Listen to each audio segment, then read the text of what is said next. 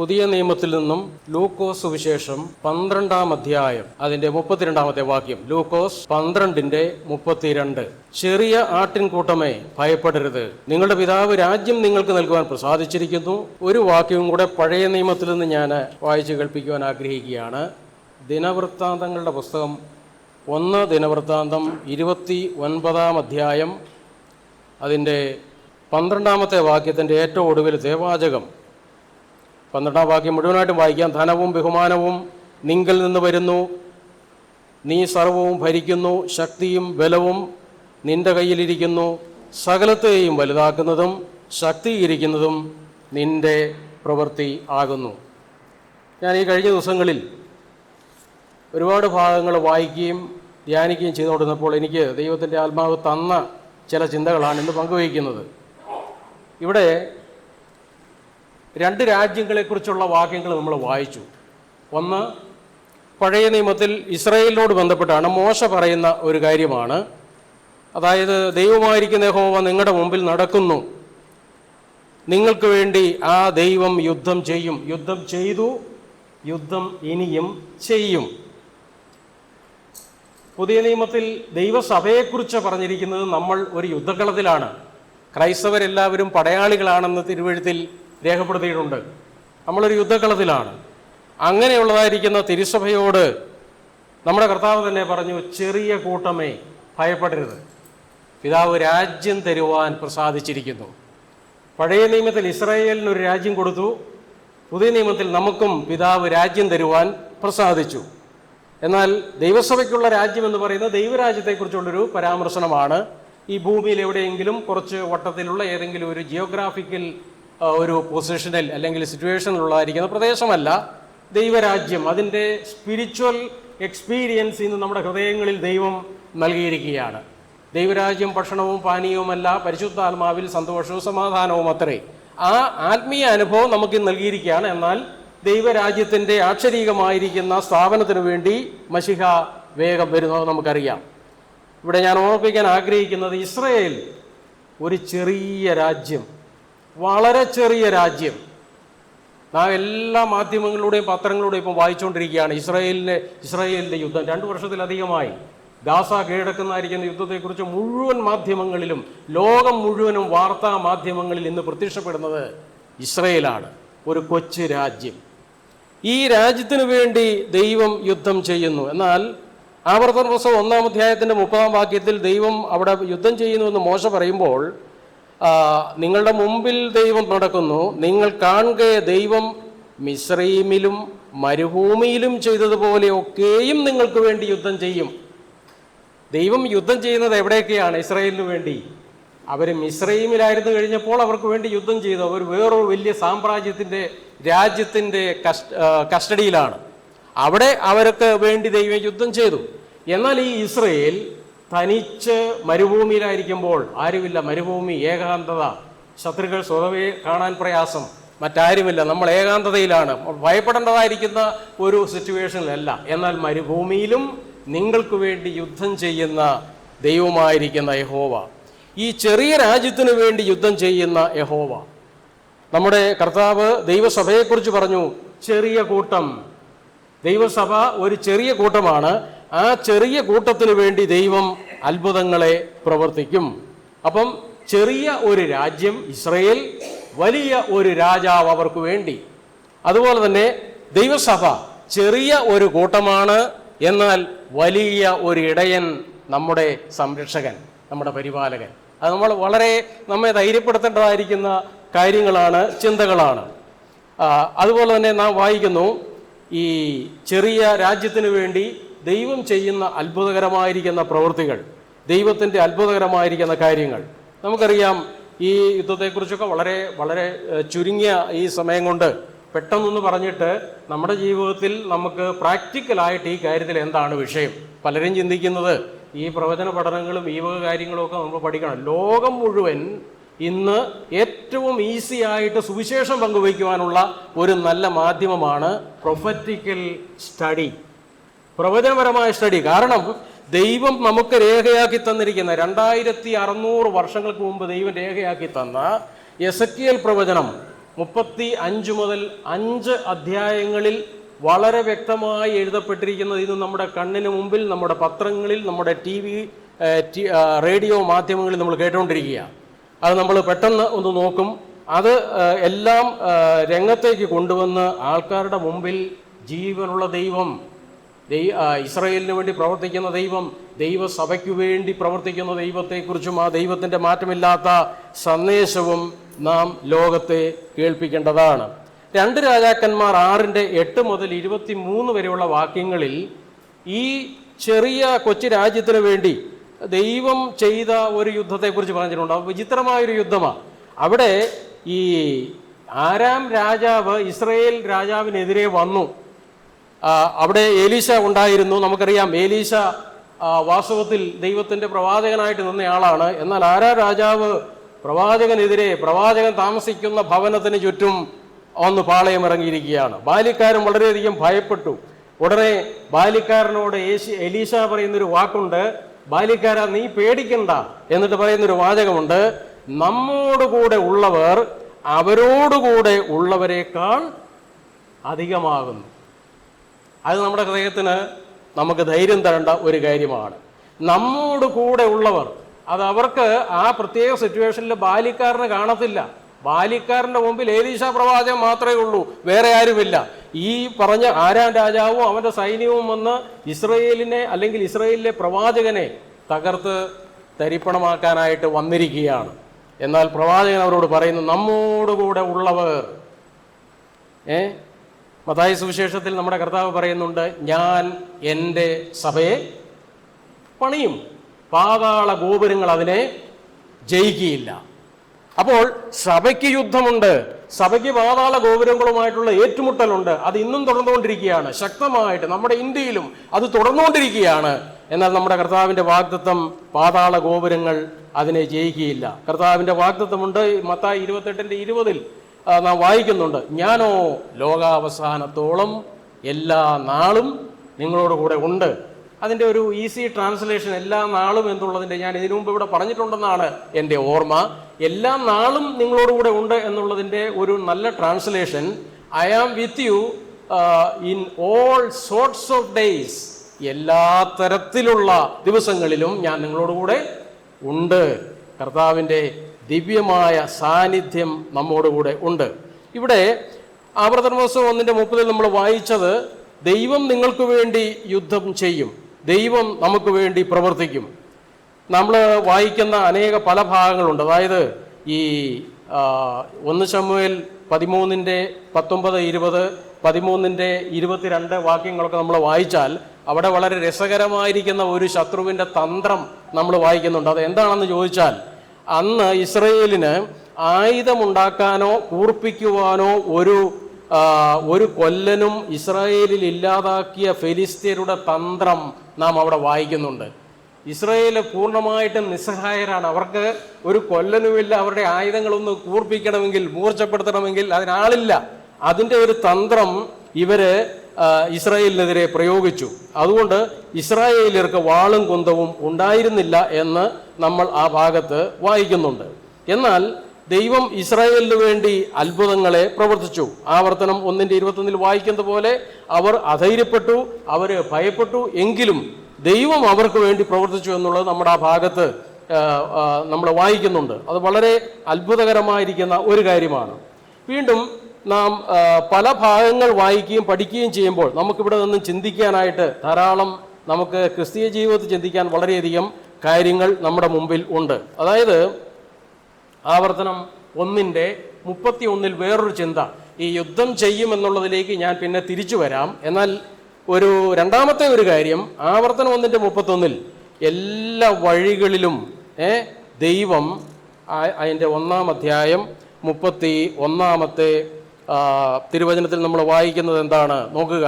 ഒരു മനുഷ്യൻ തൻ്റെ മകനെ വഹിക്കുന്നത് പോലെ നിങ്ങൾ ഈ സ്ഥലത്ത് എത്തുവോളം നടന്ന എല്ലാ വഴിയിലും നിങ്ങളുടെ ദൈവമായ യഹോവ നിങ്ങളെ വഹിച്ചു എന്ന് നിങ്ങൾ കണ്ടുവല്ലോ എന്ന് പറഞ്ഞു. നിങ്ങളുടെ ദൈവമായിരിക്കുന്ന യഹോവ നിങ്ങളെ വഹിച്ചു. അവൻ നിങ്ങളെ കൈകളിൽ എടുത്തുകൊണ്ട് നടന്നു. മാതാപിതാക്കന്മാർ മക്കളെ പരിരക്ഷിക്കുന്നത് പോലെ, സൂക്ഷിക്കുന്നത് പോലെ നിങ്ങളെ കരുതി. അപ്പം എല്ലാ വഴികളിലും നമ്മെ വഹിക്കുന്ന ദൈവമുള്ളതിനാൽ ഇസ്രായേലേ ഭയപ്പെടരുത് എന്ന ഒരു ചിന്ത അവിടെ ഉണ്ട്. ആവർത്തനം 1:31. അപ്പോൾ ദൈവം നമ്മളെ വഹിക്കുകയാണ്, കരുതുകയാണ്. എങ്ങനെയാണ്? ഇതിനു മുമ്പ് വളരെ ചുരുങ്ങിയ നിലയിൽ ഞാൻ ഇതിവിടെ ഓർമ്മിപ്പിച്ചതാണ്, എങ്കിലും ഞാൻ പിന്നെയും ഓർമ്മിപ്പിക്കാൻ ആഗ്രഹിക്കുകയാണ്. എങ്ങനെയാണ് അവരെ വഹിച്ചത്? അപ്പൻ തൻ്റെ മകനെ വഹിക്കുന്നത് പോലെ. യെശയ്യാവ് 63:9. അവരുടെ കഷ്ടതയിൽ ഒക്കെയും ദൈവം അവരോടുകൂടെ കഷ്ടപ്പെട്ടു എന്നൊരു പ്രയോഗം നമ്മളവിടെ വായിക്കുന്നുണ്ട്. അതുപോലെ തന്നെ യോഹന്നാൻ പുതിയ നിയമത്തിലേക്ക് വരുമ്പോൾ യോഹന്നാന്റെ സുവിശേഷത്തിൽ 16-6 തിരുവചനത്തിൽ സഭയോടുള്ള ബന്ധത്തിൽ, നമ്മോടുള്ള ബന്ധത്തിൽ കർത്താവ് പറഞ്ഞു, നിങ്ങളുടെ ഉള്ളിൽ ദുഃഖം നിറഞ്ഞിരിക്കുന്നു. അതറിയുന്ന ഒരു കർത്താവ് നമ്മളെ വഹിക്കുമ്പോൾ, നമ്മളെ നടത്തുമ്പോൾ നമ്മുടെ ഹൃദയത്തിൻ്റെ അവസ്ഥ എന്താണ്? ഹൃദയത്തിലെ ദുഃഖാവസ്ഥ അത് ഞാൻ അറിയുന്നു എന്ന് കർത്താവ് അവിടെ പറയുകയാണ്. മത്തായി 6:32 കർത്താവ് പറഞ്ഞു, മുമ്പേ അവൻ്റെ രാജ്യവും നീതിയും അന്വേഷിക്കുക, എന്നാൽ ഇതൊക്കെയും നിങ്ങൾക്ക് ലഭിക്കും. അവിടെ ആഹാരം, വസ്ത്രം, പാർപ്പിടം ഇതെല്ലാം ഉൾപ്പെടെയാണ് കർത്താവ് സൂചന തരുന്നത്. അപ്പോൾ നമ്മളെ വഹിക്കുന്ന ഒരു ദൈവം, പുരാതന കാലത്തൊക്കെയും ദൈവം അവരെ ചുമന്നുകൊണ്ട് നടന്നു. ദൈവം ഇസ്രായേലിനെ ചുമന്നുകൊണ്ട് നടന്നു. സഭയോടുള്ള ബന്ധത്തിൽ ഇത് തന്നെയാണ് നമ്മൾ വായിക്കുന്നത്. എന്നാൽ നാം വായിക്കുന്നു, ഇസ്രായേൽ ദൈവത്തിൻ്റെ ആലോചനയെ തള്ളി, ദൈവത്തിൻ്റെ ആത്മാവിനെ അവർ ദുഃഖിപ്പിച്ചു. അതായത് അവരുടെ അധികമായിരിക്കുന്ന ഈ റെബല്യസ് നേച്ചർ കൊണ്ട്, പാപം കൊണ്ട്, ദൈവത്തെയും ദൈവത്തിൻ്റെ കൽപ്പനകളെയും അവർ നിഷേധിച്ചത് കൊണ്ട് മോശ പോലും വളരെ പ്രയാസപ്പെട്ടു. സംഖ്യാപുസ്തകം 11:12 മുതൽ 15 വരെയുള്ള വാക്യങ്ങളിൽ നമ്മൾ വായിച്ചാൽ അവിടെ ഒരു പ്രത്യേക പ്രയോഗമുണ്ട്. സംഖ്യാപുസ്തകം 11:12 മുതൽ, മുല കുടിക്കുന്ന ഒരു കുഞ്ഞിനെ ഒരു രാത്രി എടുക്കുന്നത് പോലെ ഞാൻ അവരെ നീ അവരുടെ പിതാക്കന്മാരോട് സത്യം ചെയ്ത ദേശത്തേക്ക് എൻ്റെ മാറത്തെടുത്തുകൊണ്ട് പോകണമെന്ന് എന്നോട് കൽപ്പിപ്പാൻ ഈ ജനത്തെയൊക്കെയും ഞാൻ ഗർഭം ധരിച്ചുവോ? അതാണ് മോശ ചോദിക്കുന്നത്. എനിക്ക് കഴിയുന്നില്ല, എനിക്ക് അധികഭാരമാകുന്നു, എന്നെ കൊന്നുകളയണമേ. എത്ര ഭാരം നിറഞ്ഞ ഒരു ഹൃദയത്തിൻ്റെ ഉടമയായിട്ടാണ് ദൈവത്തിൻ്റെ ദാസൻ ഈ വാക്കുകൾ പറയുന്നത്. അപ്പോൾ മോശയേക്കാൾ ഉന്നതനായിരിക്കുന്ന, വലിയവനായിരിക്കുന്ന നമ്മുടെ കർത്താവ് ഓരോ ആടിനെയും വഹിക്കുന്നു. ഇത് പഴയ നിയമത്തിൽ സംഭവിച്ചു, അവർ ദൈവത്തിൻ്റെ ആത്മാവിനെ ദുഃഖിപ്പിച്ചു. എന്നാൽ നമ്മെ സംബന്ധിച്ചിടത്തോളം പുതിയ നിയമത്തിൽ ഓരോ ആടിനെയും വഹിക്കുന്നു. 100 ആടിൽ ഒന്നിനെ തിരയുന്ന നല്ല ഇടയൻ. ഇത് ഞാൻ വായിക്കുമ്പോൾ എന്നെ ഭയപ്പെടുത്തുന്ന ചിന്ത എനിക്കുള്ള ഉത്തരവാദിത്വമാണ്. 100 ആടിൽ ഒരാടിനെ, ആ ഒരാടിനെ, ഓരോ ആടിനെയും അതല്ല, 100-ൽ ഒരാട് തെറ്റിപ്പോയ ഓരോ ആടുകളെയും അന്വേഷിക്കുക, ആ ആടുകളെ പ്രോത്സാഹിപ്പിക്കുക, അവരെ ധൈര്യപ്പെടുത്തുക. ആവർത്തനം 1-ാം അധ്യായത്തിൽ മോശ അവരോട് കാര്യങ്ങൾ സംസാരിക്കുമ്പോൾ മോശ പറയുന്നുണ്ട്, നിങ്ങളോട് ഞാൻ ദൈവത്തിൻ്റെ വചനം പറഞ്ഞു, നിങ്ങൾ മറുതലിച്ചു, ദൈവം എന്നോടും കോപിച്ചു, നിങ്ങൾ കാരണം ദൈവം എന്നോടും കോപിച്ചു, എന്നോട് പറഞ്ഞു നീയും വാഗ്ദത്ത ദേശത്ത് പോവുകയില്ല. അത് മോശ അവിടെ പറയുന്നുണ്ട്. എന്നാൽ ദൈവം എന്നോട് പറഞ്ഞു, അതുകൊണ്ട് നീ വാഗ്ദത്ത ദേശത്ത് പോവുകയില്ല എന്നുള്ളത് കൊണ്ട് യോശുവയെ എന്ത് ചെയ്യണം? യോശുവയെ എല്ലാം പറഞ്ഞ് പഠിപ്പിക്കണമെന്ന് മാത്രമല്ല പറഞ്ഞു, യോശുവയെ ധൈര്യപ്പെടുത്തണം. അതാണ് ഒരു ഇടയൻ്റെ ഏറ്റവും വലിയ ശുശ്രൂഷ. ധൈര്യപ്പെടുത്തണം. യോശുവയ്ക്ക് മടിയാണ്, ഒരുപക്ഷെ പേടിയാണ്, യോശുവയ്ക്ക് പരിചയം കാണുകയില്ല. പക്ഷേ യോശുവയെ ധൈര്യപ്പെടുത്തണം. കാരണം നെക്സ്റ്റ് ജനറേഷൻ അവരാണ് വാഗ്ദത്ത ദേശത്തേക്ക് പോകേണ്ടത്.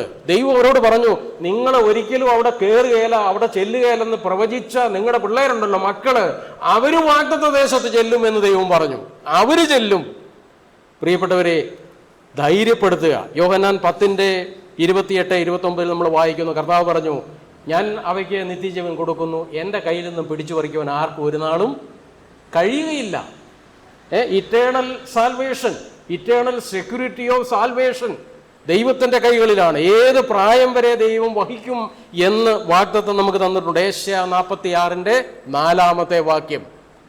പുതുപ്പള്ളി സഭയെക്കുറിച്ച് ചിലപ്പോൾ നമുക്ക് പറയാൻ തോന്നും senior citizens church. Am I right? എല്ലാവർക്കും പ്രായമായി, എല്ലാവർക്കും ക്ഷീണമായി.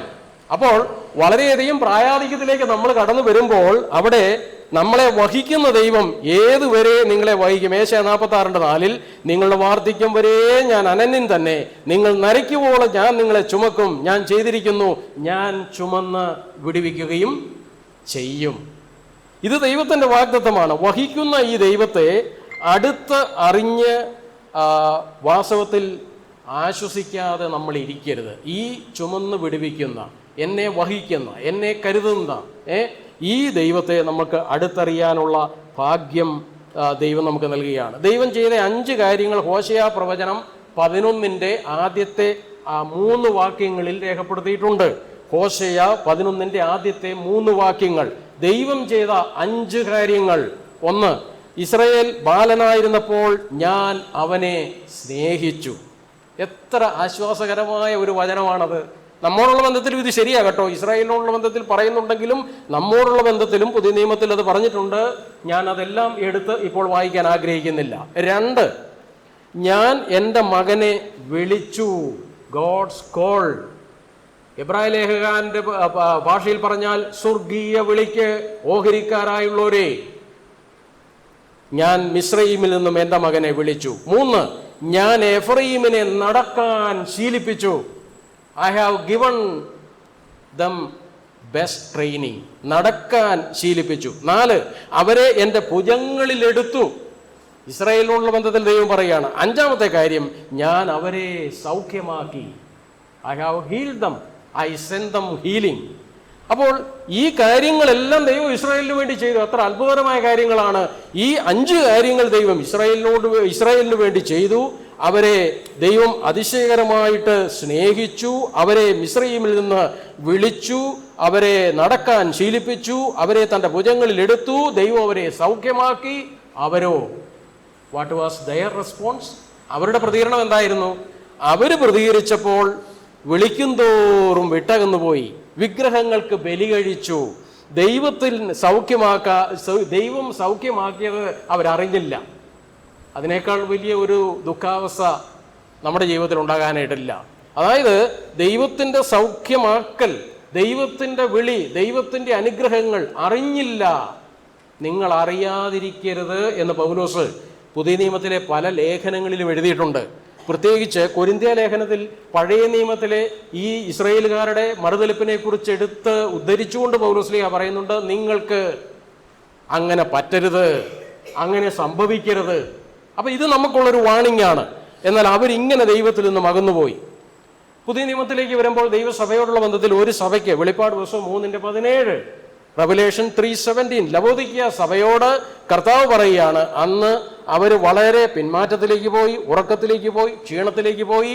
ആ സഭയോട് പറയുകയാണ്, ലവോദിക്കിയ സഭയെ, നീ നിർഭാഗ്യവാൻ, നീ അരിഷ്ടൻ, നീ ദരിദ്രൻ, നീ കുരുടൻ, നീ നഗ്നൻ, ഇത് നീ അറിയാതിരിക്കയാൽ. That is the most sad thing. എൻ്റെ അവസ്ഥ എന്താണ് എന്ന് ഞാൻ അറിയാതിരിക്കുകയാണ്. ദൈവസഭയിൽ ലോകത്തിലെമ്പാടുമുള്ള വീണ്ടെടുക്കപ്പെട്ട ദൈവജനത്തിൻ്റെ ഇടയിൽ ബഹുഭൂരിപക്ഷത്തിന് സംഭവിച്ചൊരാപത്താണിത്. They do not know who they are. Who am I? ഞാൻ ആരാണ്? എൻ്റെ ഉത്തരവാദിത്വം എന്താണ്? ഞാൻ ആരാൽ വിളിക്കപ്പെട്ട വ്യക്തിയാണ്? ഇത് നമ്മൾ അറിയേണ്ടത് ഏറ്റവും അടിയന്തരമായിരിക്കുന്ന ഒരു ആവശ്യമാണ്.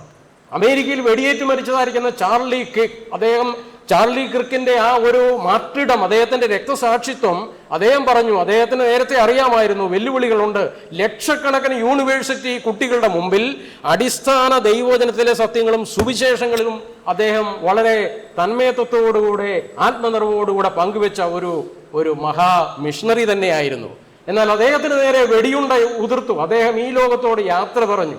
അദ്ദേഹത്തെക്കുറിച്ച്, അദ്ദേഹത്തിന്റെ സേവനത്തെക്കുറിച്ച് ലോകത്തിലെ, അതായത് കാത്തലിക് ചർച്ചിലുള്ളതായിരിക്കുന്ന ലീഡേഴ്സ് പോലും കമന്റ് പറയത്തക്ക തരത്തിൽ അദ്ദേഹം ലക്ഷക്കണക്കിന് യുവജനങ്ങളെ സ്വാധീനിച്ച ടേണിംഗ് പോയിന്റ് എന്നുള്ള പേരിൽ അദ്ദേഹത്തിന്റെ ഈ സംവാദ പരിപാടികൾ വളരെ ബലവത്തായിരുന്നു. അദ്ദേഹത്തിന് അറിയാമായിരുന്നു, അദ്ദേഹം പറഞ്ഞിട്ടുണ്ട് പലപ്പോഴും, I know who am I, ഞാൻ ആരാണെന്ന് എനിക്കറിയാം, എന്തിനാണ് ദൈവം എന്നെ വിളിച്ചിരിക്കുന്നത് എന്നുള്ളതും എനിക്കറിയാം. അതുകൊണ്ട് I am not afraid of the attack of terrorist.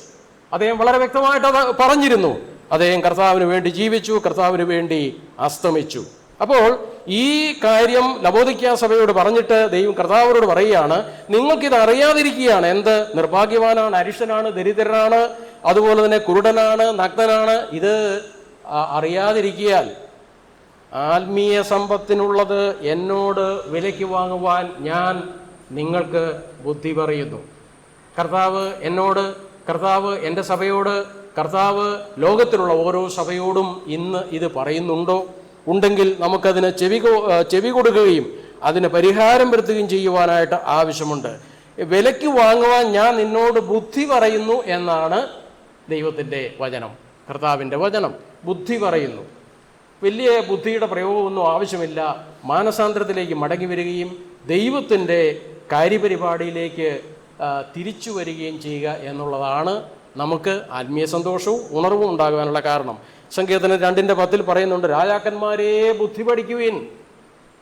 ലോകത്തിലുള്ള വമ്പന്മാര്, രാജാക്കന്മാർ എന്ത് ബുദ്ധിയാണ് പഠിക്കേണ്ടത്? നിങ്ങൾ യാത്രയിലാണ്, നിങ്ങളുടെ വഴിയാത്രയിൽ നിങ്ങൾ നശിക്കാൻ പോവുകയാണ്. നിങ്ങൾ വഴിയിൽ വെച്ച് നശിക്കാതിരിക്കാൻ എന്ത് ചെയ്യണം? പുത്രനെ ചുംബിക്കുവേൻ. ദൈവം നമുക്ക് നൽകിയൊരു ഭാഗ്യമാണ്.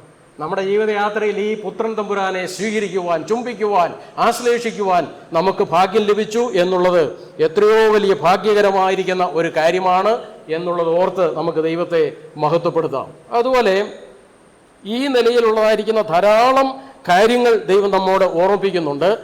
നമുക്ക് പോരാട്ടമുണ്ട്. നമ്മുടെ വിശ്വാസ പ്രമാണങ്ങളിൽ ഉറച്ചു നിൽക്കുവാനും നമ്മുടെ ആത്മീയ അന്ധതയെ മാറ്റാനും അതിൽ നിന്ന് മടങ്ങി വരാനും ദൈവം നമ്മോട് പറയുകയാണ്. അതിന് പോരാട്ടമുണ്ട്. അത് വളരെ പ്രയാസം നിറഞ്ഞൊരു കാര്യമാണ്. നമുക്കറിയാം. വളരെ പെട്ടെന്ന് ഞാനൊരു കാര്യം കൂടെ ഓർമ്മിപ്പിക്കട്ടെ. ഇന്ന് ലോകം മുഴുവനും വാർത്തയായിരിക്കുന്നത് ഗസായ്ക്ക് എതിരെയുള്ള ഇസ്രായേലിൻ്റെ യുദ്ധം. ലോകത്തിലെ ഒരൊറ്റ ന്യൂസ് പേപ്പറുകളും നമുക്കറിയാം എത്രയോ കോടികളാണ് ഇത് വായിക്കുന്നത്. അവർ വ്യാജം വിശ്വസിക്കുകയും വ്യാജം പ്രചരിക്കുകയും ചെയ്യുകയാണ്. എന്നാൽ ഈ വെസ്റ്റ് ബാങ്ക് എന്നുള്ള ഒരു കാര്യം നിങ്ങൾക്കറിയാം. വെസ്റ്റ് ബാങ്ക് ബൈബിളിലെ ഏറ്റവും പ്രധാനപ്പെട്ട ഒരു ഭാഗമാണ്. ഇത് അവിടെ പലസ്തീൻ അതോറിറ്റിയാണ് ഭരിക്കുന്നത്. മുഹമ്മദ് അബ്ബാസിനെ കുറിച്ച് നമുക്കറിയാം. അദ്ദേഹമാണ് ഇപ്പോൾ അവിടെ ഒരു പാലസ്തീൻ്റെ അതോറിറ്റി ആയിട്ട് ഇതിൻ്റെ കാര്യങ്ങളൊക്കെ നിയന്ത്രിക്കുന്നത്. എന്നാൽ ഈ വെസ്റ്റ് ബാങ്കിനുള്ള ബൈബിളിലെ പേര് ഇസ്രയേൽ പർവ്വതങ്ങൾ എന്നാണ്. ഞാൻ വളരെ പെട്ടെന്ന് ചില കാര്യങ്ങൾ ഓർമ്മിപ്പിക്കാം. എസെക്കിയേൽ 35 മുതൽ 39 വരെയുള്ള അധ്യായങ്ങൾ, ഈ 5 അധ്യായങ്ങൾ നമ്മെ പഠിപ്പിക്കുന്നത് the last problem is going to be the West Bank problem. ഇത് ബൈബിളിലെ പ്രവചനത്തിൻ്റെ കാതലായ ഒരു സന്ദേശമാണ്. അപ്പോൾ 20 തവണയാണ് എസെക്കിയേലിൻ്റെ പുസ്തകത്തിൽ തന്നെ ഇസ്രയേൽ പർവ്വതങ്ങൾ എന്നുള്ള പ്രയോഗമുള്ളത്. നിങ്ങൾക്ക് സമയം കിട്ടുമ്പോൾ വീട്ടിൽ പോയിരുന്ന് ഒറ്റയിരുപ്പിൽ ഈ എസെക്കിയേൽ പ്രവചനം ഒന്ന് വായിച്ചു തീർക്കുക. മലയാളത്തിൽ അല്ലെ ഇംഗ്ലീഷിൽ ഒറ്റയിരുപ്പിൽ ഒന്ന് വായിച്ചു നോക്കുക. അവിടെ എല്ലാം ഇസ്രയേൽ പർവ്വതങ്ങൾ എന്ന് പറയുന്നത് ഈ വെസ്റ്റ് ബാങ്കിനെ കുറിച്ചുള്ള ഒരു പരാമർശനമാണ്. ഈ ജോർഡാൻ നദിയുടെ പശ്ചിമ തീരത്താണ് വെസ്റ്റ് ബാങ്ക്. ഈ വെസ്റ്റ് ബാങ്ക് എന്നുള്ള പേര് കൊടുത്തത് ബ്രിട്ടീഷുകാരാണ്. അതിൻ്റെ അർത്ഥം ഇത്രയേ ഉള്ളൂ, ജോർഡാൻ നദിയുടെ പശ്ചിമ തീരത്തുള്ള സ്ഥലം ഇവർക്ക് വിട്ടുകൊടുത്തു. അത് ഇസ്രായേലിനുള്ളതാണ്, അത് ദൈവം പറഞ്ഞിട്ടുള്ളതാണ് പഴയ നിയമത്തിൽ. എന്നാൽ അവരത് വിട്ടുകൊടുത്തു. ജോർഡാൻ എന്നുള്ള സ്ഥലം അത് ഒരു പുതിയ രാജ്യമായിട്ട് മാറി. അപ്പോൾ 35-ാം അധ്യായത്തിൻ്റെ 1-ാം വാക്യം, എസെക്കിയേൽ 35:1 ജോർഡാന്റെ തെക്ക് കിടക്കുന്ന സെയീർ പർവ്വതത്തോട് ദൈവം സംസാരിക്കുന്നു. സെയീർ പർവ്വതത്തോട് ദൈവം സംസാരിക്കുന്നു. അത് ആധുനിക ഏദോമ്യരാണ്, സമം പലസ്തീനിയൻ പീപ്പിൾ. വിശദീകരിക്കാൻ സമയമില്ലാത്തതുകൊണ്ട് ഞാൻ എടുക്കുന്നില്ല. ഇവരുടെ ആവശ്യം എന്താണ്? ഈ പലസ്തീനികളുടെ ആവശ്യം എന്താണ്? അത് എസെക്കിയേൽ 35:12 രേഖപ്പെടുത്തിയിട്ടുണ്ട്. അവിടെ നിങ്ങൾക്കിവ ഇരയായി നൽകപ്പെട്ടിരിക്കുന്നു. അതാണ് അവിടെ രേഖപ്പെടുത്തിയിരിക്കുന്നത്. കൃത്യം നമ്മുടെ കണ്ണിന് മുമ്പിൽ ഈ കാര്യങ്ങൾ സംഭവിച്ചുകൊണ്ടിരിക്കുകയാണ്. ഇനി എസെക്കിയേൽ 35 നിന്ന് 36 വരുമ്പോൾ ഈ 36-ാം അധ്യായം 35 സെയീർ പർവ്വതത്തോടുള്ള പ്രഖ്യാപനമാണ്. 36-ാം അധ്യായം എന്ന് പറയുന്നത് മുഴുവനും ഇസ്രയേൽ പർവ്വതങ്ങളെ കുറിച്ചുള്ളതായിരിക്കുന്ന സന്ദേശമാണ്. ഇസ്രയേൽ പർവ്വതങ്ങളോട് പറയുന്ന ആ 36-ാം അധ്യായം മുഴുവനും ആ പ്രത്യേക സ്ഥലത്തെക്കുറിച്ച് എന്തുകൊണ്ടാണ് ദൈവം 2600 വർഷങ്ങൾക്ക് മുമ്പ് ഈ പുസ്തകത്തിൽ എഴുതി വെച്ചത്. ലോകത്തിലെ ഒരു പുസ്തകത്തിലും നമുക്ക് ഈ വചനങ്ങൾ കാണാൻ സാധിക്കുകയില്ല. Bible is A miracle book. ഇത് ദൈവത്തിൻ്റെ വചനമാണ്, നമുക്ക് കണ്ണുമടച്ച് വിശ്വസിക്കാം. അപ്പോൾ എന്തുകൊണ്ട് ദൈവം ഈ ഇത്രയും വർഷങ്ങൾക്ക് മുമ്പ് ഈ ഇസ്രായേൽ പ്രവർത്തകരോട് സംസാരിക്കുന്നു. ഇനി എസെക്കിയേൽ 37:1 മുതൽ 22 വരെ, അതായത് ഇസ്രായേലിനെ ഒരു രാജ്യമാക്കി, മഹാശക്തിയുള്ള രാജ്യമാക്കി ദൈവം മടക്കിക്കൊണ്ടുവന്ന ചരിത്രമാണ് 37 ആദ്യത്തെ 22 വാക്യങ്ങളിൽ നമ്മൾ വായിക്കുന്നത്. അവിടെ നിങ്ങൾ വായിച്ചാൽ ഒരു കാര്യം മനസ്സിലാക്കാം. അവർ എഴുന്നേറ്റു, അവരുടെ ശവക്കുടിയിൽ നിന്നും അവർ എഴുന്നേറ്റു, ഏറ്റവും വലിയ സൈന്യമായി നിവർന്നു നിന്നു. ഏറ്റവും വലിയ സൈന്യമായി നിവർന്നു നിന്നു. ഇന്ന് ഇസ്രായേലിൻ്റെ സൈന്യബലം എത്ര അത്ഭുതകരമാണ്! ലോകത്തിലെ സൂപ്പർ പവറുകളെക്കാൾ വളരെ കൃത്യതയുള്ള ഒരു സൈന്യമായി ഇന്ന് ഇസ്രായേൽ വളർന്നിരിക്കുന്നു. അടുത്ത എസെക്കിയേൽ 38-39 അധ്യായങ്ങൾ നമ്മൾ വായിച്ചാൽ റഷ്യയും അവരുടെ കൂടെ ഉള്ളതായിരിക്കുന്ന കുറെ ഇസ്ലാമിക് രാജ്യങ്ങളും ഇസ്രായേലിനെ ആക്രമിക്കുവാൻ, അതായത് ആക്രമിക്കുവാൻ വരുന്നത് ഈ വെസ്റ്റ് ബാങ്കിന്റെ പേരിലായിരിക്കും, അതായത് ഇസ്രായേൽ പർവ്വതങ്ങളോടുള്ള ബന്ധത്തിലായിരിക്കും എന്ന് ബൈബിൾ പ്രവചനങ്ങളിൽ പറഞ്ഞിരിക്കുന്നു. അടുത്തത് ഒരു പ്രധാനപ്പെട്ട കാര്യം കൂടെ പറഞ്ഞ് നമ്മുടെ പ്രധാനപ്പെട്ട സന്ദേശത്തിലേക്ക് മടങ്ങി വരാം. 3 തവണ ദൈവം അബ്രഹാമിന് പ്രത്യക്ഷപ്പെട്ടത് എവിടെ വെച്ചാണെന്നറിയാമോ? വെസ്റ്റ് ബാങ്കിൽ. ഈ വെസ്റ്റ് ബാങ്ക് എന്ന് പറയുന്ന സ്ഥലത്താണ് 3 തവണ നമ്മുടെ അനുഗ്രഹീതനായിരിക്കുന്ന പിതാവായിരിക്കുന്ന സൈന്യങ്ങളുടെ ദൈവമായ യഹോവ പ്രത്യക്ഷപ്പെട്ടത്. ഉൽപ്പത്തി 12:6-7. ശേഖേം, ഏലോൻ, മേരെ, വെസ്റ്റ് ബാങ്കിലെ ശമരിയ പ്രദേശമാണത്. 2 ഉൽപ്പത്തി 13:18, അതുപോലെ ഉൽപ്പത്തി 15:1. ഇത് രണ്ടും കൂടെ നിങ്ങൾ കമ്പയർ ചെയ്ത് നോക്കിയാൽ ഹെബ്രോനിൽ മമ്രയുടെ തോപ്പിൽ ദൈവം പ്രത്യക്ഷപ്പെട്ടു. That is in west bank. അതുപോലെ തന്നെ ഈ ഭാഗങ്ങൾ ഈ വെസ്റ്റ് ബാങ്കിനോട് ബന്ധപ്പെട്ട വാഗ്ദത്തം കൊടുത്തിട്ടുണ്ട്. എന്താണ് വെസ്റ്റ് ബാങ്കിനോട് ബന്ധപ്പെട്ട് ദൈവം ഉൽപ്പത്തി പുസ്തകത്തിലേ കൊടുത്ത വാഗ്ദത്തം? അത് നമ്മൾ വായിക്കുന്നത് ഉൽപ്പത്തി 12:7, 15:18 മുതൽ 21, 17:7-8. ഉൽപ്പത്തി 13:14 ഞാൻ ഉദ്ധരിക്കുകയാണ്. എന്താണ് വെസ്റ്റ് ബാങ്കിനോട് ബന്ധപ്പെട്ട് ദൈവം കൊടുത്ത പ്രോമിസ്, വാഗ്ദത്തം? യഹോവ അബ്രഹാമിനോട് തലപൊക്കി നീ ഇരിക്കുന്ന സ്ഥലത്ത് നിന്നും, അതായത് അബ്രഹാം ഈ ഇരിക്കുന്ന സ്ഥലം എന്ന് ഇവിടെ പറഞ്ഞിരിക്കുന്നത് ബഥേൽ ഹായി, അതായത് വെസ്റ്റ് ബാങ്കിൽ അബ്രഹാം ഇരിക്കുക. അപ്പോൾ പറഞ്ഞു, നീ തലപൊക്കി വടക്കോട്ടും തെക്കോട്ടും കിഴക്കോട്ടും പടിഞ്ഞാറോട്ടും നോക്കുക. നീ കാണുന്ന ഭൂമിയൊക്കെയും ശാശ്വതമായി ഞാൻ നിനക്കും നിന്റെ സന്തതികൾക്കും തരും. ഇതാണ് ദൈവത്തിന്റെ വാഗ്ദത്തം. ദൈവത്തിന്റെ വാഗ്ദത്തം ഒരിക്കലും മാറ്റി എഴുതുവാൻ പറ്റുന്നതല്ല. നിങ്ങൾ അതിനോടനുബന്ധിച്ച് ബാക്കിയുള്ള കാര്യങ്ങൾ സ്വന്തമായിട്ട് പഠിച്ചാൽ മതി. അപ്പോൾ ലോകം മുഴുവനും ഇന്ന് വെസ്റ്റ് ബാങ്ക് ഒരു വാർത്തയാണ്. ഇനി അത് വലിയ വാർത്തയാകാൻ പോവുകയാണ്. എസെക്കിയേൽ 36:3 വളരെ ശ്രദ്ധിക്കേണ്ട ഒരു വാക്യമാണ്. എസെക്കിയേൽ 36:3, ഇസ്രായേൽ വായാളികളുടെ അധരങ്ങളിൽ അകപ്പെട്ടു എന്നൊരു പ്രയോഗമുണ്ട്. നിങ്ങൾ ഇംഗ്ലീഷ് ട്രാൻസ്ലേഷൻസ് ഒക്കെ വായിച്ചു നോക്കണം. അതായത് ലോകരുടെ അപവാദ വിഷയമായി തീർന്നു. ന്യൂ കിങ് ജെയിംസ് വേർഷനിൽ അത് ഇങ്ങനെയാണ് പറഞ്ഞിരിക്കുന്നത്: you are taken up by the lips of talkers and slanderers. ചുമ്മാ വ്യാജം പറയുന്നവരുടെ, വ്യാജം പ്രചരിപ്പിക്കുന്നവരുടെ, വായാടികളുടെ വാർത്തയായി ഈ പ്രദേശങ്ങളിൽ നിന്ന് തീർന്നിരിക്കുന്നത്. എത്ര കൃത്യമാണത്! ശരിയല്ലേ? നമ്മുടെ കേരളം ഉൾപ്പെടെ ലോകത്തിലെ എല്ലാ രാജ്യങ്ങളിലെയും മാധ്യമങ്ങൾ വ്യാജം പ്രചരിപ്പിച്ചുകൊണ്ട് ഇത് അധിനിവേശം നടത്തുന്ന ഒരു രാജ്യം കൈയടക്കിയതാണ്, അവരവിടെ നിന്നും പുറത്തു പോകണം എന്നാണ് അവർ പറയുന്നത്. ദൈവത്തിൻ്റെ വചനം ദൈവം പണ്ടേ രേഖപ്പെടുത്തി വെച്ചിരിക്കുകയാണ്. എസെക്കിയേൽ 36:5 അത് പറഞ്ഞിരിക്കുന്നത്, തങ്ങളുടെ സ്ഥലം എന്ന് പറഞ്ഞ് പാലസ്തീൻകാർ ഇസ്രായേൽ പർവ്വതങ്ങളെ, അതായത് വെസ്റ്റ് ബാങ്കിനെ കൈവശമാക്കി. ഉൽപ്പത്തി പുസ്തകത്തിൽ എഴുതി വെച്ചിരിക്കുക. എത്ര അത്ഭുതകരമാണ് ഈ എസെക്കിയേലിലും ഉൽപ്പത്തിയിലും ഒക്കെ പറഞ്ഞിരിക്കുന്ന ഈ കാര്യങ്ങൾ. അതുകൊണ്ട് ഇത് വളരെ ശക്തമായിട്ട് തുടരുക തന്നെ ചെയ്യും എന്നുള്ള കാര്യത്തിൽ യാതൊരു സംശയവുമില്ല. ഇനി ആവർത്തനം 1:30 നമ്മൾ തിരിച്ചു വരുമ്പോൾ, ഇവിടെ ദൈവം നിങ്ങൾക്ക് വേണ്ടി പ്രവർത്തിക്കും, ദൈവം നിങ്ങൾക്ക് വേണ്ടി യുദ്ധം ചെയ്യും. പല സന്ദർഭങ്ങളിലും ദൈവം ഇസ്രായേലിനെ രക്ഷിച്ച വിധങ്ങൾ നമുക്ക് വളരെ ധൈര്യം തരുന്ന ചിന്തകളാണ്. യോശുവയുടെ പുസ്തകം 10-ാം അധ്യായത്തിൻ്റെ 23 മുതൽ 26 വരെ, ജോഷുവ ചാപ്റ്റർ 10 വേഴ്സസ് 23-26 5 രാജാക്കന്മാർ ഇസ്രായേലിനെതിരെ വന്നു. അതായത് ഈ യോശുവയ്ക്ക് എതിരെ വരുന്നു. യെരൂശലേം രാജാവ്, ഹെബ്രോൻ രാജാവ്, യമ്മൂത്ത് രാജാവ്, ലാഗീഷ് രാജാവ്, യഗ്ലോൻ രാജാവ്, 5 രാജാക്കന്മാർ എന്ത് ചെയ്തു? യോശുവ അവരെ പരാജയപ്പെടുത്തി. ഈ 5 രാജാക്കന്മാരെയും പിടിച്ചു കൊണ്ടുവന്ന് അവരെ ശിക്ഷാവിധി നടപ്പിലാക്കുന്നതിന് മുമ്പ് അവരുടെ കഴുത്തിൽ കാൽ വെച്ചു. പക്ഷേ യോശുവ അവരെ വധിക്കുന്നതിന് മുമ്പ് ഒരു പ്രസ്താവന നടത്തുന്നുണ്ട്. യോശുവ 10:25, യോശുവ 10:25. യോശുവ അവരോട് ഭയപ്പെടരുത്, ശങ്കിക്കരുത്, ഉറപ്പും ധൈര്യമുള്ളവരായിരിപ്പിൻ. നിങ്ങൾ യുദ്ധം ചെയ്യുന്ന സകല ശത്രുക്കളോടും യഹോവ ഇങ്ങനെ തന്നെ ചെയ്യുമെന്ന് പറഞ്ഞു. പിന്നെ യോശുവ അവരെ വധിച്ചു. ഇവിടെ 1 ശമൂവേൽ 17:46 ദൈവം ചെയ്യുന്ന ഏത് കാര്യവും, അതായത് ഇസ്രായേലിനോട് ബന്ധപ്പെട്ട് ചെയ്യുന്ന ഏത് കാര്യത്തിനും ദൈവത്തിനൊരു വലിയ പ്രോജക്റ്റ് ഉണ്ട്. അതെന്താണെന്നറിയാമോ? ഇസ്രായേലിലൊരു ദൈവമുണ്ടെന്ന് സർവഭൂമിയും അറിയണം. So the nation Israel is God's banner for the nations of the world. ലോക രാജ്യങ്ങൾക്ക് വേണ്ടി ദൈവം ഉയർത്തിയ ഒരു ബാനർ അഥവാ കൊടിയാണ് ഇസ്രായേൽ. ഈ ഇസ്രായേലിനെ പുലർത്തുന്ന ഒരു ദൈവം, ജീവനുള്ള ദൈവം, ബൈബിൾ വെളിപ്പെടുത്തുന്ന ദൈവം ഉണ്ടെന്ന് ലോകം മനസ്സിലാക്കിക്കൊള്ളണം. സുവിശേഷം നമ്മൾ അറിയിക്കുന്നു. ഒരു രാജ്യത്തിലൂടെ ദൈവം തന്റെ സന്ദേശം അറിയിക്കുന്നു. ഈ സൃഷ്ടിയിലൂടെ ദൈവം തന്റെ സന്ദേശം അറിയിക്കുന്നു. ഏതെല്ലാം വിധത്തിലാണ് ദൈവം തന്റെ സന്ദേശം അറിയിച്ചുകൊണ്ടിരിക്കുന്നത്? അത് മനസ്സിലാക്കുവാൻ ലോകം തയ്യാറാകേണ്ടതാണ്.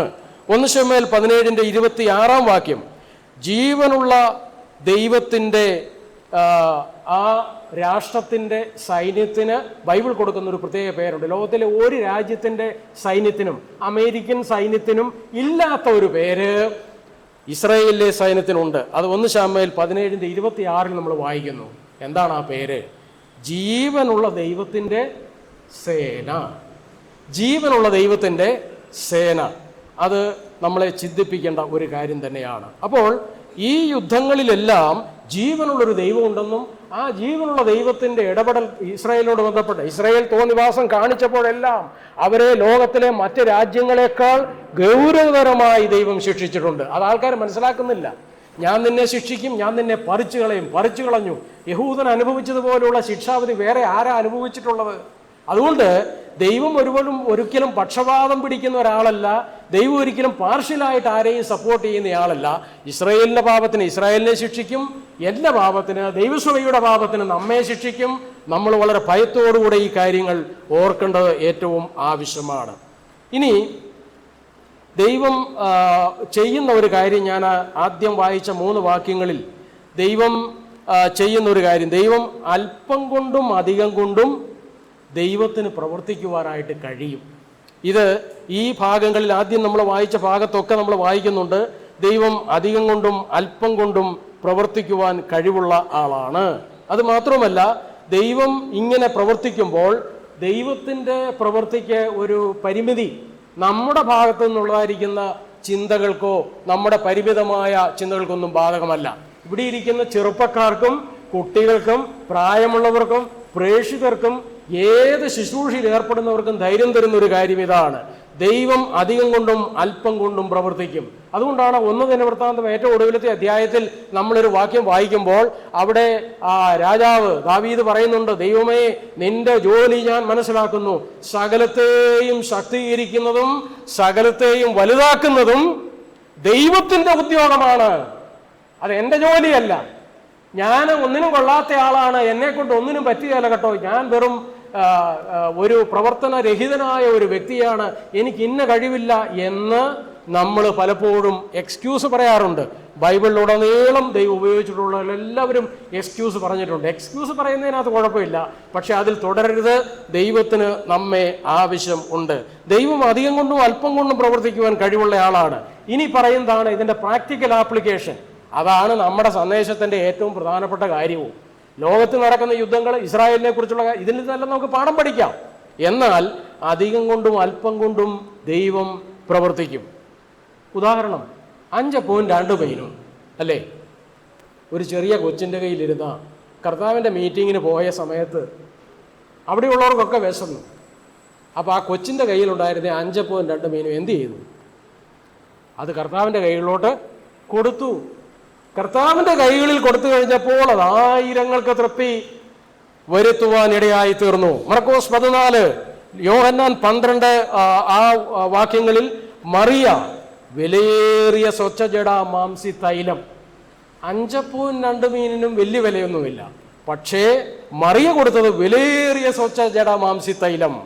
വിലയുള്ളതും വിലയില്ലാത്തതും കൊടുക്കുവാൻ യോഗ്യതയുള്ള കരങ്ങളാണ് കർത്താവിൻ്റെ കരങ്ങൾ.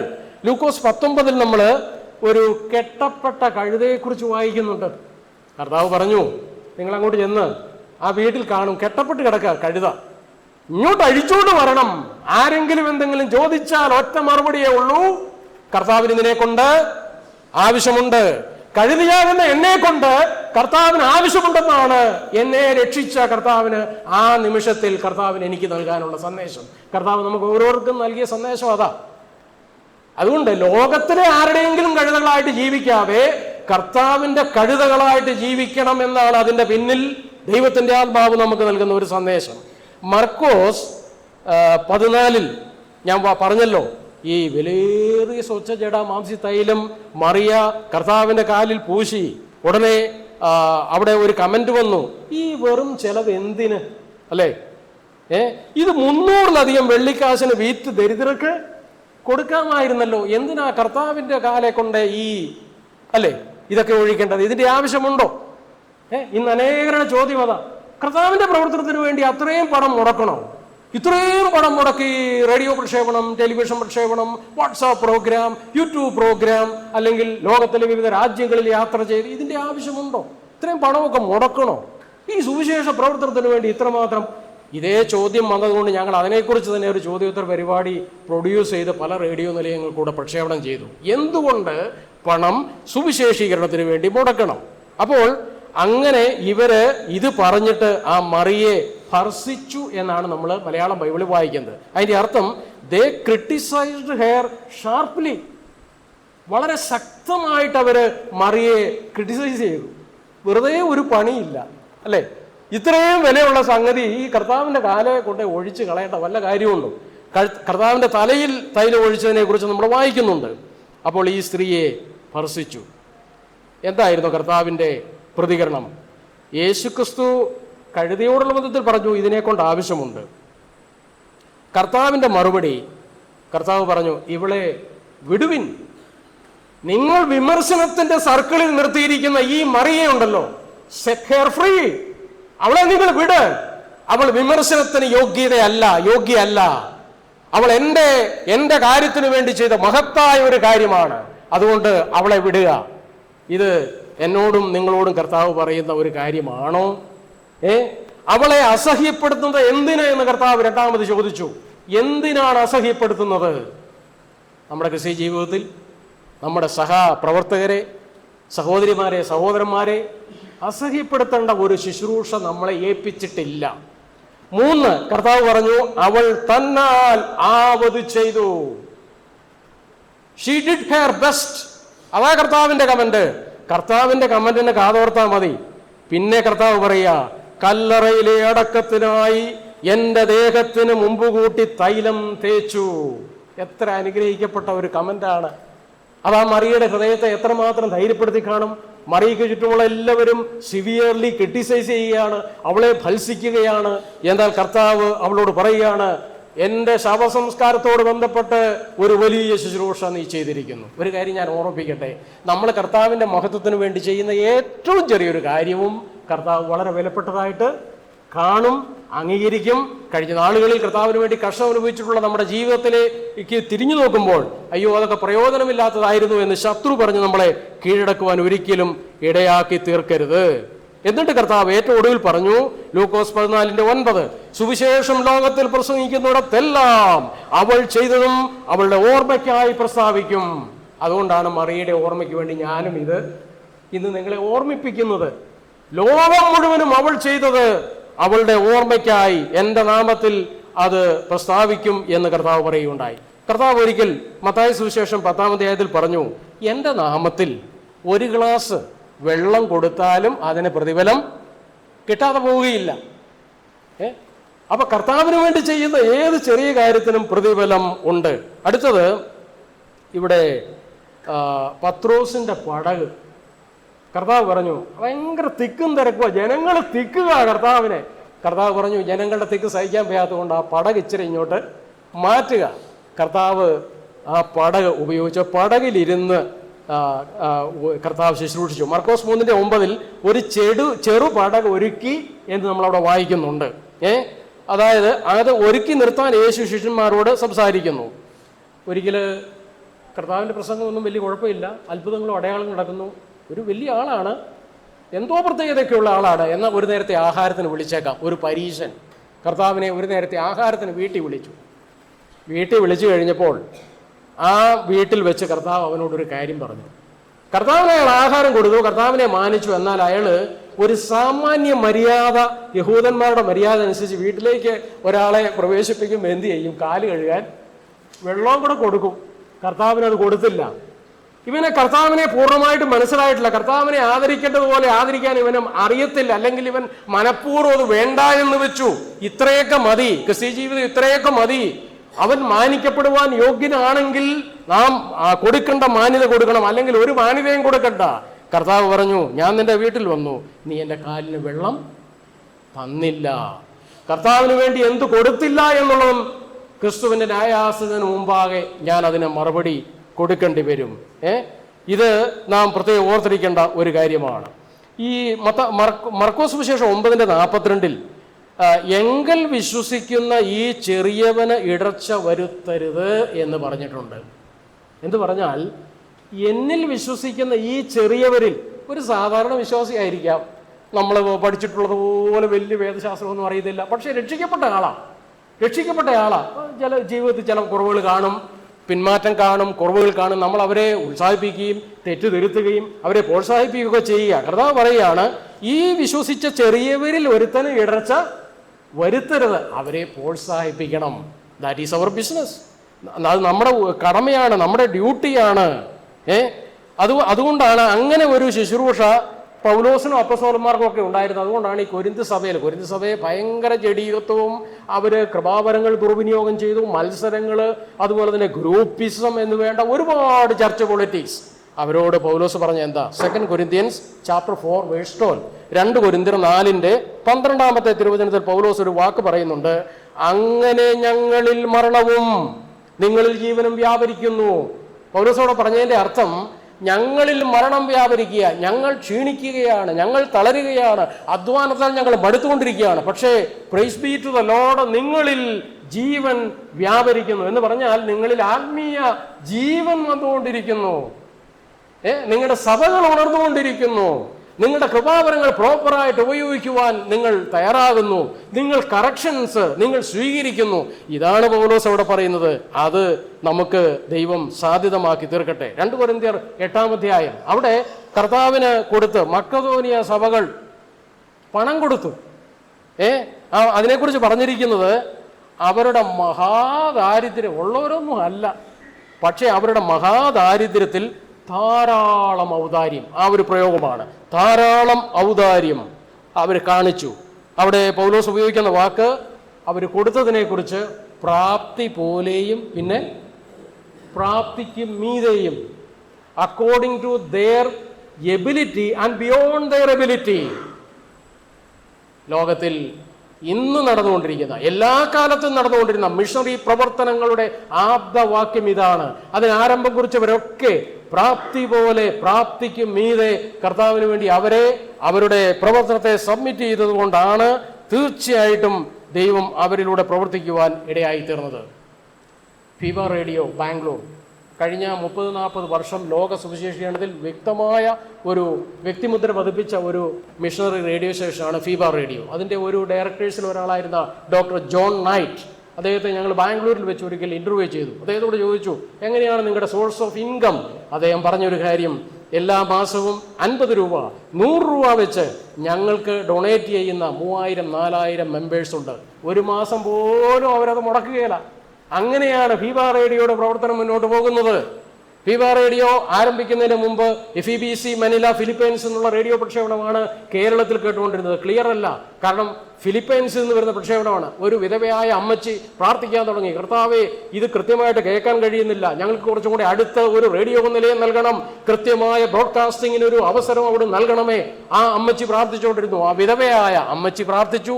ഏറ്റവും ഒടുവിൽ ഇന്ത്യൻ മഹാസമുദ്രത്തിലെ സെഷൽസ് ഐലൻഡിലാണ് ഫീബ റേഡിയോ സ്ഥാപിക്കുവാൻ ഗവൺമെൻറ് അനുവാദം കൊടുത്തത്. അവരത് സ്ഥാപിച്ചു കഴിഞ്ഞ് അവരൊരു സന്ദേശം അയച്ചു, praise the Lord, we have started the broadcasting. അത് ബാംഗ്ലൂരിൽ ആ മെസ്സേജ് വന്നു കഴിഞ്ഞ് അവർ ഈ അമ്മച്ചിയെ ഈ വിവരം അറിയിച്ചു. അമ്മച്ചി ദൈവത്തിന് നന്ദി പറഞ്ഞിട്ട് ആദ്യത്തെ ഡൊണേഷൻ ഫീബ റേഡിയോയ്ക്കുള്ളത് അയച്ചു കൊടുത്തു. അവരുടെ ഒരു മാസത്തെ പെൻഷൻ 15 രൂപ. ഒരു മാസത്തെ പെൻഷൻ 15 രൂപ. എന്നിട്ട് ആ ഡയറക്ടർ ഞങ്ങളോട് പറഞ്ഞത്, ആ അമ്മച്ചിയുടെ വിശ്വാസവീരയായ ആ അമ്മച്ചിയുടെ 15 രൂപയെ 15 ലക്ഷത്തിന്റെ പ്രോജക്റ്റാക്കി ദൈവം ഇന്ന് തീർത്തിരിക്കുന്നു. ഇന്ന് ഫീബ, അന്ന് ഇത് ഒരു 10-15 വർഷം മുമ്പാണ്, അന്ന് ഫീബ റേഡിയോയുടെ മന്ത്ലി എക്സ്പെൻസ് 15 ലക്ഷം. അപ്പൊ 15 രൂപയെ 15 ലക്ഷത്തിന്റെ പ്രോജക്റ്റാക്കി വർദ്ധിപ്പിക്കുവാൻ ദൈവത്തിന് കഴിയും. 5 അപ്പത്തെയും 2 മീനെയും ആയിരങ്ങൾക്ക് വിഭജിച്ചു കൊടുക്കുവാൻ ദൈവത്തിന്റെ ശക്തിക്ക് കഴിയും. നമ്മുടെ കഴിവുകളിലല്ല നമ്മൾ ആശ്രയിക്കേണ്ടത്, ദൈവത്തിന്റെ കൃപയിൽ ആശ്രയിക്കുക. ദൈവം നമ്മെ ഉപയോഗിക്കും. Lord make me A channel of blessing. അതായിരിക്കണം നമ്മുടെ ഹംബിൾ പ്രയർ. ഇത് കർത്താവ് ഉപയോഗിച്ചു. തുടർന്ന് നമ്മൾ പല ഭാഗങ്ങൾ ഇതിനെക്കുറിച്ച് പറയാനായിട്ട് നമുക്ക് സാധിക്കും. ദാവീദ് തൻ്റെ വടി, പിന്നെ ദാവീദ് തോട്ടീന്ന് മിനുസമുള്ള 5 കല്ല്, പിന്നെ ഒരു ഇടയ സഞ്ചി, പിന്നെ കയ്യിലൊരു കവണ. രാജാവ് അവനെ തൊപ്പിയും പിന്നെ കോട്ടും സൂട്ടും പടച്ചട്ട എല്ലാം ഇട്ടാ നീ യുദ്ധത്തിന് പോകാൻ പറഞ്ഞു. ദാവീദ് ഇട്ട് നോക്കി. ദാവീദ് പറഞ്ഞു, എനിക്കിതൊന്നും വേണ്ട, ഇതുകൊണ്ടൊന്നും എനിക്ക് വിജയം കിട്ടുകയില്ല. നമ്മൾ മറ്റുള്ളവരെ ഇമിറ്റേറ്റ് ചെയ്യരുത്. ഇന്നയാൾ ഇന്നത് ചെയ്യുന്നു, ഇന്നയാൾ ഇന്നടത്ത് പോകും, ഇന്ന വലിയ പ്രവർത്തനം, എനിക്കും അത് ചെയ്യണം. നമ്മളെല്ലാവരും യുണീക്കാണ്. നമ്മളെ ഓരോരുത്തരെ ഏൽപ്പിച്ചിരിക്കുന്ന ശുശ്രൂഷകളിൽ നമ്മൾ കർത്താവിനെ മഹത്വപ്പെടുത്തുകയും ദൈവഹിതം നിറവേറ്റുകയും ചെയ്യുക. ദാവീദ് അതെല്ലാം ഊരി പുറകോട്ട് കളഞ്ഞിട്ട് ഒരു ഇടയനെ പോലെ, ഒരു ഇടയന്റെ കയ്യിലുള്ള സാധാരണ കാര്യങ്ങൾ ഇത് കണ്ടാൽ നമ്മൾ ചിരിക്കും. ശൗല് പോലും ചിരിച്ചു കാണും. അവന്റെ ചേട്ടന്മാരൊക്കെ പരിഹസിച്ച് കാണും. നീ അബദ്ധത്തിലേക്കാ പോകുന്നു, നീ ഗോലിയാത്തിന്റെ വായ്ക്കകത്ത് പോയി വീഴും. എന്തു സംഭവിച്ചു? ഒരു കല്ല് 5 കല്ലാ എടുത്തത്, ഒരു കല്ല് കവണയിൽ നിന്നും എടുത്ത് വീശി ഗോലിയാത്തിന്റെ നെറ്റിക്ക് നേരെ എറിഞ്ഞു. ആ വമ്പൻ ഇസ്രായേലിന്റെ ശത്രു കവിണ്ണു വീണു എന്നാണ് നമ്മൾ വായിക്കുന്നത്. നിമിഷ നേരം കൊണ്ട് ദാവീദിന് ആയുധവും കിട്ടി, ഗോലിയാത്തിന്റെ വാള്. അപ്പോൾ ഇത് നമ്മൾ ഓർക്കണം. ദാവീദ് ദൈവത്തിൽ ആശ്രയിച്ചു. ദാവീദിന്റെ കയ്യിലുള്ള വെറും നിസാരമെന്ന് ലോകം ചിന്തിക്കുന്ന ആ ചെറിയ കാര്യം, ആ കല്ലെടുത്ത് ശത്രുവിന്റെ നേരെ തൊടുത്തു. ശത്രു പരാജയപ്പെട്ട് വീഴുവാൻ ഇടയായി തീർന്നു. നിങ്ങൾ പ്രവചനം പഠിക്കുന്നവരാണെങ്കിൽ ഓർക്കണം, ദാനിയേൽ പ്രവചനത്തിൽ ദൈവം ഒരു ദർശനം കൊടുത്തു. ഈ മഹാരാജാക്കന്മാർ ഭരിക്കുന്ന കാലത്ത്, അതായത് Medo Persia, Babylon, Medo Persia, Greece, Rome, പിന്നെ വന്ന ഇന്നത്തെ കാലഘട്ടത്തിലുള്ള ഇരുമ്പും കളിമണ്ണും ചേർന്നതായ തമ്മിൽ ചേരാത്ത ഈ ഭരണകാലത്ത്, ഈ രാജാക്കന്മാരുടെ കാലത്ത് ഒരു വലിയ മഹാസംഭവം നടക്കാൻ പോവുകയാണെന്ന് ദാനിയേലിനോട് ദൈവം പറഞ്ഞു. എന്താണ് ആ സംഭവം? ആ സംഭവം കൈ തൊടാതെ പറഞ്ഞു വന്ന ഒരു കല്ല് വന്ന് ഈ ബിംബത്തെ അടിച്ച് തകർത്ത് കളഞ്ഞു. ദൈവത്തിന് മഹത്വം ഉണ്ടാകട്ടെ. അത് നമ്മുടെ കർത്താവായ യേശു ക്രിസ്തുവാണ്. കൈ തൊടാതെ പറഞ്ഞു വന്നൊരു കല്ല്, ദാവീദിന്റെ കയ്യിലിരുന്ന ആ ഒരു ചെറിയ കല്ല്, മിനുസമുള്ളൊരു കല്ല് ശത്രുവിനെ പരാജയപ്പെടുത്തി. ദൈവത്തിന്റെ ജീവനുള്ള കല്ലായ divine stone of the almighty God, നമ്മുടെ കർത്താവ് വന്ന് ഈ ലോകത്തിലെ സകല രാജ്യങ്ങളെയും നീക്കിയിട്ട് നാം യേശയ്യാപ്രവചനത്തിൽ വായിക്കുന്നത് പോലെ ഒരു രാജാവ് നീതിയോടെ വാഴും. ആ കാര്യത്തിലേക്ക്, ആ കാലലക്ഷണങ്ങളിലേക്ക് നാം പോവുകയാണ്. കർത്താവിന് വേണ്ടി കൊടുക്കേണ്ടത് നാം കൊടുക്കുക. ദാവീദ് അവിടെ ബന്ധപ്പെട്ട് ചെന്നു എന്ന് പറയുന്നുണ്ട്. ദാവീദ് ഈ സഞ്ചിയും ഇതെല്ലാം കൂടെ എടുത്തോണ്ട് ഇത് നേരെ വന്നപ്പോഴത്തേക്കും ഗോലിയാത്ത് പാഞ്ഞടുക്കുകയാണ്. അവനെ കണ്ടാൽ തന്നെ പേടിച്ചു പോകും. അപ്പൊ അവിടെ നമ്മളൊരു കാര്യം വായിക്കുന്നുണ്ട്. അതായത് ദാവീദ് ബന്ധപ്പെട്ട് അണിക്ക് നേരെ ഓടി എന്ന് പറഞ്ഞാൽ, എപ്പോഴും ഈ ഒരു സ്ലോ മോഷനിലൊന്നും പോയാലൊന്നും കാര്യം, ചില സമയത്ത് ഭയങ്കരമായ തീവ്രമായ ചില നടപടികൾ, ചില തീരുമാനങ്ങൾ, ചില ശുശ്രൂഷകൾ നമ്മൾ ചെയ്യേണ്ടി വരും. അതിനു വേണ്ടിയുള്ള ധൈര്യം, അതിനു വേണ്ടിയുള്ള കൃപ ദൈവം നമുക്ക് നൽകും. അപ്പോൾ ദൈവത്തിൻ്റെ കരങ്ങളിലേക്ക് നമ്മൾ ഈ കാര്യങ്ങൾ ഏൽപ്പിച്ചു കൊടുക്കുക. ദൈവം നമ്മെ തൻ്റെ മഹത്വത്തിനായിട്ട് ഉപയോഗിക്കും എന്നുള്ള കാര്യത്തിൽ യാതൊരു സംശയവുമില്ല. ഒരു കാര്യം കൂടെ ഞാൻ പറഞ്ഞ് അവസാനിപ്പിക്കട്ടെ. ഈ നിലയിലുള്ളതായിരിക്കുന്ന ചെറിയ കാര്യങ്ങളെ ദൈവത്തിന് വേണ്ടി കൊടുക്കുക. അത് നമ്മുടെ പണമായിരിക്കാം, നമ്മുടെ താലന്തുകളായിരിക്കാം, ആരോഗ്യമായിരിക്കാം, ഓപ്പർച്യൂണിറ്റീസ് ആയിരിക്കാം, അല്ലെങ്കിൽ ഏതെങ്കിലും വിധത്തിൽ ആരെങ്കിലും ഏതെങ്കിലും രീതിയിൽ അവരെ ദൈവവചനം കേൾപ്പിക്കാനുള്ള, അത് നമ്മൾ ചിന്തിക്കണം. അതിനുള്ള വഴികൾ നമ്മൾ കണ്ടുപിടിക്കണം. അത് വളരെ ആവശ്യമാണ്. പ്രയർ ബൈ പോപ്പ് ലിയോ 14 2 യൂട്യൂബുകളിൽ വഴി ഈ അടുത്ത സമയത്ത് 150 കോടികളുടെ ആത്മീയ അധ്യക്ഷനായിരിക്കുന്ന പോപ്പ് ലിയോ 14 മെസ്സേജ് കൊടുത്തു. ചാർലി ക്രിക്കിനെ കുറിച്ചാണ് അദ്ദേഹം മെസ്സേജ് കൊടുത്തത്. സാധാരണ പ്രൊട്ടസ്റ്റന്റുകാരെ കുറിച്ചൊന്നും അവര് കമന്റ് പറയാറില്ല. അത് മുഴുവനും ഞാൻ കേൾക്കുകയുണ്ടായി. അദ്ദേഹം പറഞ്ഞൊരു കാര്യം, ബിബ്ലിക്കലായിട്ടുള്ള കാര്യങ്ങളാണ് പറഞ്ഞത്. അദ്ദേഹം പറഞ്ഞത്, your voice may not reach millions but it will reach someone. ലക്ഷങ്ങളെ നിങ്ങളുടെ ശബ്ദം കൊണ്ട് കേൾപ്പിക്കാൻ സാധിക്കില്ല, പക്ഷെ ചിലരത് കേൾക്കും. And in heaven's eyes that one soul matters infinitely. ദൈവത്തിന്റെ മുമ്പിൽ, സ്വർഗത്തിന്റെ കാഴ്ചപ്പാടിൽ ഒരാത്മാവ്, at a time one soul, ഒരാളെ നേടാൻ ശ്രമിക്കുക. This is the moment to embrace why. എന്നിട്ട് അദ്ദേഹം പറയുന്ന ഒരു കാര്യം, only the truth of Christ can heal the damaged age. നശിച്ച ഈ യുഗത്തിന് സൗഖ്യം കൊടുക്കാൻ യേശുക്രിസ്തുവിന്റെ വചനത്തിന് മാത്രമേ കഴിയുള്ളൂ. അതുകൊണ്ട് ഇത് നമ്മൾ മൂടി വെക്കാൻ പാടില്ല. ഇത് നമ്മൾ ലോകം മുഴുവനും പബ്ലിഷ് ചെയ്യണം. മത്തായി സുവിശേഷം 24 അധ്യായത്തിൽ കർത്താവ് തന്റെ വരവിന്റെ ലക്ഷണത്തെക്കുറിച്ച് പറയുമ്പോൾ ഒരു ഭാഗത്ത് ഇങ്ങനെ പറയുന്നുണ്ട്, first the gospel shall be published among all nations and then the end shall come. ഇത് പബ്ലിഷ് ചെയ്യണം, ഇത് പ്രൊക്ലെയിം ചെയ്യണം, ഇത് ആൾക്കാർ കേൾക്കണം. വീണ്ടും പോപ്പ് ലിയോ 14 ആ പ്രസംഗത്തിൽ അദ്ദേഹം പറഞ്ഞു, യു ആർ ചോസൺ, നിങ്ങൾ തിരഞ്ഞെടുക്കപ്പെട്ടവരാണ്. You are appointed a time as this. എന്നിട്ട് അദ്ദേഹം പറഞ്ഞു, ഡു നോട്ട് വേസ്റ്റ് ഇറ്റ്, അത് നഷ്ടമാക്കരുത്. ഡു നോട്ട് ബെറി ഇറ്റ്, അത് കുഴിച്ചു മൂടരുത്. ഡു നോട്ട് ഫിയർ ഇറ്റ്, അതിനെക്കുറിച്ച് നിങ്ങൾ ഭയപ്പെടരുത്. ലിഫ്റ്റ് യുവർ ഐസ്, നിങ്ങളുടെ കണ്ണുകൾ ഉയർത്തുക. Fix your heart on God, ദൈവത്തിൽ നിങ്ങളുടെ കണ്ണുകൾ പതിപ്പിക്കുക. എന്നിട്ട് and step boldly into the purpose God has for you. ദൈവത്തിന് നിങ്ങളെക്കുറിച്ചുള്ള ഉദ്ദേശത്തിലേക്ക് കാലുകൾ എടുത്തു വയ്ക്കുക. എന്നിട്ട് അദ്ദേഹം പറയുന്നു, if we cling to Christ then no weapons formed against you will prevail. നിങ്ങൾ ക്രിസ്തുവിന് വേണ്ടി ഓരോ സ്റ്റെപ്പുകൾ എടുത്തു വെക്കുമ്പോഴും നിങ്ങൾക്കെതിരെ രൂപപ്പെടുത്തുന്ന ഒരായുധവും ഫലിക്കുകയില്ല. യേശയ്യാവ് 54 ഒരു വാഗ്ദത്തമുണ്ട് ഇസ്രായേലിനോടുള്ള ബന്ധത്തിലാണ്. നിനക്കെതിരെ ഉണ്ടാക്കുന്ന ഒരായുധവും ഫലിക്കുകയില്ല. നമ്മോടുള്ള ബന്ധത്തിലും എഫേസ് ലേഖനത്തിലൊക്കെ അതിൻ്റെ സൂചനകളുണ്ട്. അതിലേക്ക് ഞാനിപ്പോൾ പോകുന്നില്ല. ഇത് പറഞ്ഞിട്ട് അദ്ദേഹം പറഞ്ഞു, the word of God cannot be confined, അത് ഒരിക്കലും പരിമിതപ്പെടുത്താൻ പറ്റുകയില്ല. I am saying this not to frighten you but to wake you up. അദ്ദേഹം പറഞ്ഞതാണ്, നിങ്ങളെ പേടിപ്പിക്കാനല്ല ഞാനിത് പറയുന്നത്, നിങ്ങൾ ഉണരണം. This is the hour of decision, choose whom you will serve. ഇത് തീരുമാനമെടുക്കേണ്ട സന്ദർഭമാണ്. നിങ്ങൾ തീരുമാനിക്കുക, ഞങ്ങൾ ആരെ ശുശ്രൂഷിക്കും, ആരെ സെർവ് ചെയ്യും. ഇപ്പം ഇവിടെ ഇരിക്കുന്ന നമ്മുടെ എല്ലാവരുടെ ഹൃദയത്തിൽ ശത്രു നൽകുന്നൊരു ചിന്തയുണ്ട്, ഞങ്ങൾ പിന്നെ ആരെയാണ് സേവിക്കുന്നത്? ഞങ്ങൾ കർത്താവിൻ്റെ ജനമാണ്, ഞങ്ങൾ കർത്താവിനെ തന്നെയല്ലേ സേവിക്കേണ്ടത്. എന്നാൽ നമ്മളത് പുനഃപരിശോധിക്കേണ്ടത് ആവശ്യമാണ്. റീ എക്സാമിൻ ചെയ്യണം. ദൈവം നമുക്ക് വേണ്ടി പ്രവർത്തിക്കും. കർത്താവ് പറഞ്ഞു, ചെറിയ കൂട്ടമാണ്, ഭയപ്പെടേണ്ട, രാജ്യം നിങ്ങൾക്ക് നൽകിയിരിക്കുകയാണ്. നിങ്ങൾക്ക് പോരാട്ടമുണ്ട്, അത് ഇസ്രായേലിനോട് ബന്ധപ്പെട്ട്. ചെറിയ രാജ്യമാണ്, എന്നാൽ വലിയ ഒരു രാജാവ് അവർക്കുണ്ട്. നമ്മൾ ചെറിയ കൂട്ടമാണ്, പക്ഷേ വലിയ ഇടയൻ നമ്മളോട് കൂടെ ഉണ്ട്. തോളിലെടുത്ത് വീട്ടിലെത്തുവോളം ചുമക്കുന്ന, ഏത് പ്രായത്തിലും വഹിക്കുന്ന ഒരു നല്ല ഇടയൻ. ആ ഇടയൻ നമ്മുടെ ബലഹീനതകളിൽ ശക്തി പകരുവാൻ മതിയായ നല്ല ഇടയനാണ്. നമ്മുടെ പ്രശ്നങ്ങളിൽ ഇടപെടുവാൻ മതിയായ ഒരു നല്ല ഇടയനാണ്. എൻ്റെ കൈവശമുള്ള 5 അപ്പോ 2 മീനോ, എൻ്റെ കൈവശമുള്ള ഇടയസഞ്ചിയോ, അല്ലെങ്കിൽ ഞാൻ നിരന്തരം ഉപയോഗിക്കുന്ന സാധാരണ കാര്യങ്ങൾ, ഏത് കാര്യങ്ങളുമാട്ടെ. മോശ പറഞ്ഞു, എങ്ങനെ ഞാൻ ഫറവോന്റെ മുമ്പിൽ പോയി നിൽക്കും? നിന്റെ കയ്യിലിരിക്കുന്ന എന്താണ്? വടി. അത് നിലത്തോട്ടിടും, അത് പാമ്പായി. ദൈവത്തിന് ഉപയോഗിക്കാൻ കഴിയാത്ത ഒരു കാര്യവുമില്ല. അപ്പം നമ്മളിങ്ങനെ മടിച്ചും മറ്റുള്ളവരുടെ വിമർശനം കേട്ടും ഹൃദയം തകർന്നും തളർന്നും ഈ ജീവിതം പാഴാക്കരുത്.